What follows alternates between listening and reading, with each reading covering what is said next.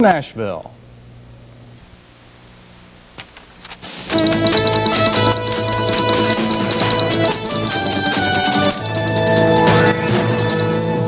U.S. companies begin to move their American employees and dependents out of Iran. President Carter defends his human rights program and says it will go forward.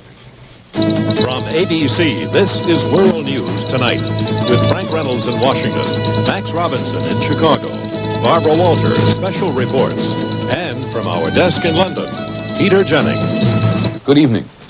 Overseas tonight, our reports concentrate on two nations. One is deep in dangerous turmoil. The other today took a further step towards unity and democracy. Reports from Iran tonight make it clear that yet another crisis point between the Shah and his opponents is looming closer. As it does, more Americans are getting out. The American embassy has not advocated evacuation, but as threats against foreigners increase, some companies are evacuating at least employee dependents. Bill Blakemore reports from Iran on some of those Americans.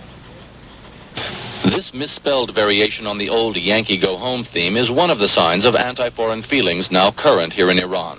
This same notice with the same misspellings has been slipped under the front doors of many Americans living in different parts of the country. Dependents of Americans working here would be the most vulnerable if troubles escalate. Here at one of the many American community schools in Iran, about 25% of the students had already trooped through this registration office to withdraw, when today the announcement came that Christmas vacation would start early this year. School closed now till January 6th. School counselors here have been holding discussion groups to get kids to talk about the recent new twists in their expatriate experience. I found out in 2 days, I think 15 of my friends are leaving.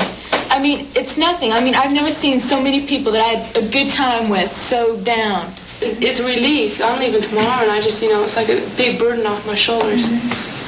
Most of these kids and their parents have also found themselves lately trying to convince worried relatives phoning from home that all of Iran isn't exactly in flames.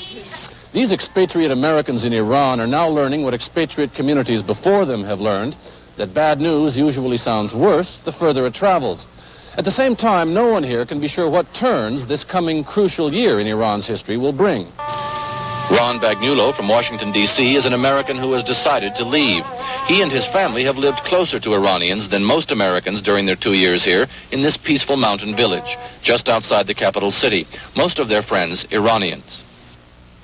We're really happy with our life here, but it's time to go now because they've got to settle some affairs in their own social life, in their own country. Just going to a pharmacy to buy a few things. I just got a lot of comments under people's breath, mimicking what we said and things like that.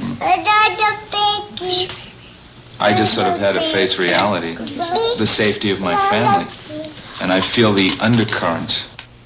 Ava Bagnulo has abandoned their little home schoolroom where she was teaching her own and a couple of other American children elementary basics. Selected what will go and what be left behind as they join those Americans who feel the need to leave while Iran faces its political crisis. Bill Blakemore, ABC News, Tehran. The next few days in Iran may be critical. It's a period of intense traditional religious mourning. Religious opposition to the Shah is, of course, widespread. The Shah moved to ease tensions again today. He released more than 100 political prisoners, including one of the most important leaders of the opposition, Karim Sanjabi. Well, the other nation in focus overseas today is Spain. There were troops and police in the streets there as well, but unlike Iran, they were not defending a monarchy. They were part of the security for an historic vote, one which reduces the monarch's power and gives Spain a democratic constitution. ABC's Jack Smith is in Madrid. When Juan Carlos, the King of Spain,